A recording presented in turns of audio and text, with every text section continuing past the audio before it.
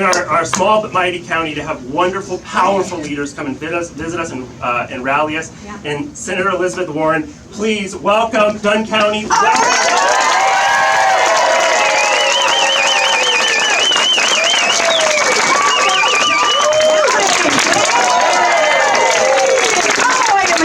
To be here with you all. So the principal reason I'm here is to do selfies. Anybody want to do selfies? Yes. So we'll do that part in just a minute. I just want to make a couple of points first. And the first one is Kamala Harris fights for a better future for our children and our grandchildren, and that's why I'm here to fight for Kamala Harris. That's the bottom line. And look, I want to start in a sober place. Right now it is the case that 30% of all women in America live in a place that effectively bans abortion. And that means middle of a miscarriage, they go into an emergency room, and the doctor knows what has to happen medically, and the doctor says, I'm sorry, you're not near enough dead. So go to the parking lot and hemorrhage for a few more hours, and when you come back, maybe you'll be close enough to dead that I can give you the medical treatment that you need. Now, if you believe the government is the one that should be making those decisions, that's fine, because that is the world for 30% of the women in this country. But if you believe that women ought to be able to make those decisions for themselves, then you need to be all the way in this. Here's why this fight matters so much in Wisconsin. It's 30% of women, it's the red states, we know where it is. If Donald Trump and J.D. Vance make it to the White House, we're not talking 30%, we are talking 100%. They are coming for us in Wisconsin, they are coming for us in Massachusetts. If extremists are allowed to take back the White House, then every one of our sisters, our daughters, our friends, our neighbors, our cousins, the people we went to school with, we are all at risk. And I have to draw a hard line under that, because that is the reason we stay an extra hour in the evening, we get up earlier an extra hour in the morning, and we stay in this fight for 16 days.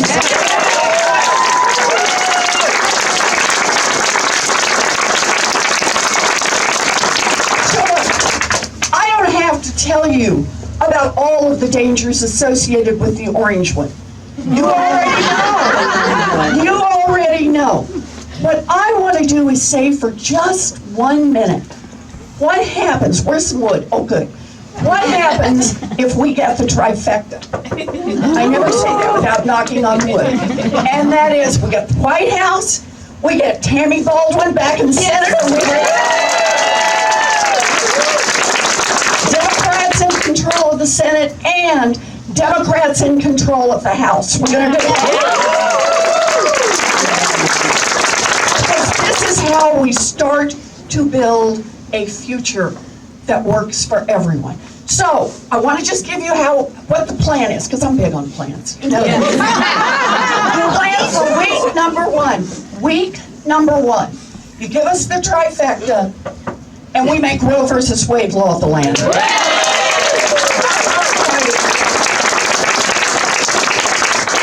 Week number two, because we got more plans than just one. Week number two, we turn around and come back and double down on democracy. Double down on making sure that extremists never capture our government again. Double down on the notion that billionaires do not get a louder voice than anyone else in this. The John Lewis Voting Rights Act,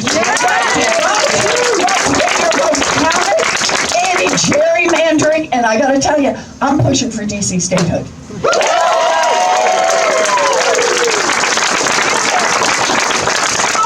So week number one is about people being able to make their own healthcare decisions.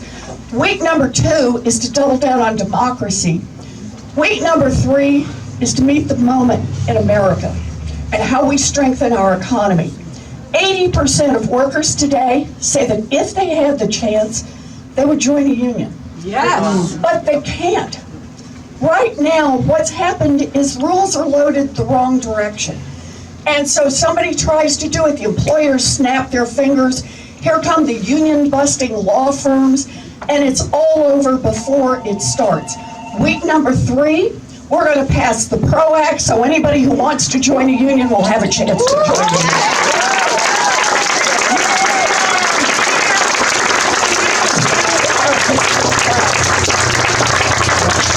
Okay, so that gets us through the first 3 weeks. Then, I just want to mention 2 more things because they're so important to all of us. Look, Democrats did something I'm really proud of, and I actually want to give Joe Biden a big shout out. We passed the biggest infrastructure package.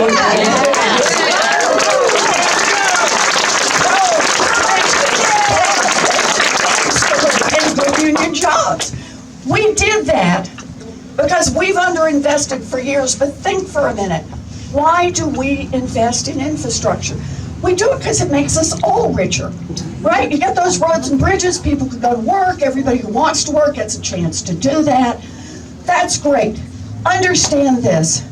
For working parents, childcare is infrastructure. It is time for universal childcare.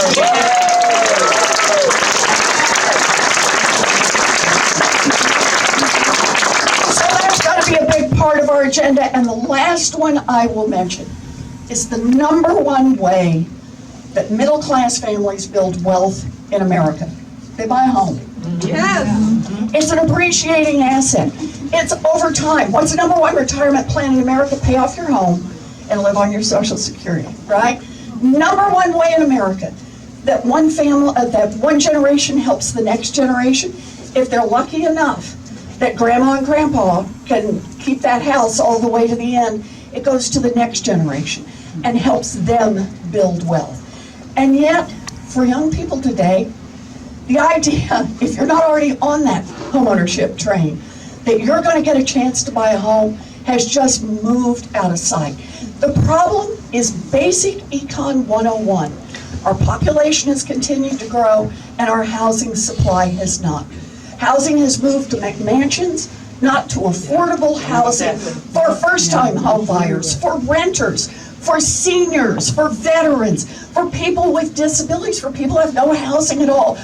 We need more housing. And here's the good news. Donald Trump's approach to housing is discriminate against black people. That's it. That is his entire plan and his entire history. Kamala Harris's and my and Tammy Baldwin's plan is that we are going to make an investment so that we build 3 million new housing units all across America. Yes. That's housing right here. For all of our families. So look, there are a ton of things we're going to do because we can. And because Democrats today are not the Democrats of even 12 years ago when Tammy and I first ran for Senate. Democrats, we showed in those first 2 years of the Biden administration, when we had that skinny little majority in the House, and that it's called a majority, 50-50 in the Senate, and one of them was Joe Manchin. Tried doing anything with that, and yet we did. And Kirsten Sinema was the other one, like it's not bad enough, right? But the point is, we delivered. We delivered on infrastructure. We delivered on a climate package. We did the first corporate tax increase in decades on the billionaire corporations like Amazon that have been paying nothing. We got my 15% minimum corporate tax on those. I love that.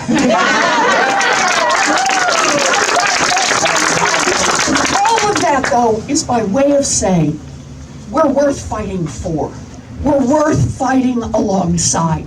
We've got the vision. We know how to build an America that doesn't just work for those at the top, but that works for all of us and that will work for our children and our grandchildren. So here's my last pitch on this, and that is we need you, we need you, we need you, but we need you not just for Kamala and not even just for Tammy. We got a problem with Democrats, and I want to be blunt about this. Republicans, they take a look at an R, and they vote all the way up and down the ticket. We know this statistically, and we know it right here in Wisconsin. They vote from the top of the ticket, they show up to vote for the top, and they vote all the way to the bottom, and they vote Republican. Democrats, God bless us one and all, we show up for the top, and then we say, oh, I'm not sure I know that person who's right, but I think I met her, and then I can't remember. Listen, you see a D next to somebody's name. No, they didn't sign up with the white supremacists.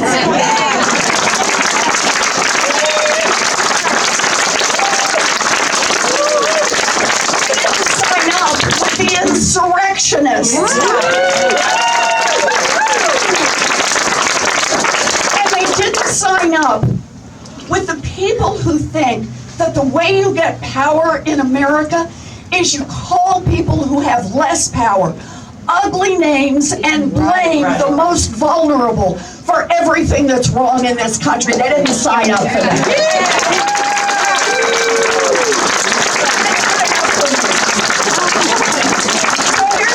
Wisconsin. There's a reason I'm here in Wisconsin. It's because we need you. We need you. You know, there aren't many times in your life where you may actually make a difference that will echo through history. But the next 16 days really is that opportunity, and you are in that place. Wisconsin has the power to give us the White House, the power to help us keep control of the Senate, and the power to help us keep control or get control of the House. So I'm coming to you to say, you know what's on the line. So here's my part of it. We need you, we want to help you, but most of all, it is a deep honor to be able to fight alongside you. Thank you.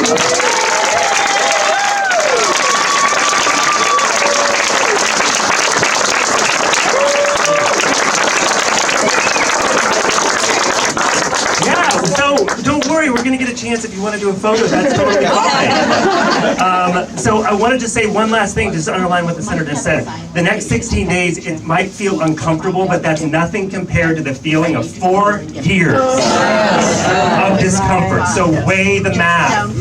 Get involved, 16 days to spare you 4 years. Really appreciate that. How we're going to do this right now, folks, is we're going to clear some chairs, I think, here, and we're going to be able to do a little bit of a photo line here if you want to do the selfie thing. But maybe we want to do a group photo with everybody. Is that okay? Can we do like one of these? Is that okay? Yeah, is that possible? You want to take it on your phone? Oh, I absolutely will.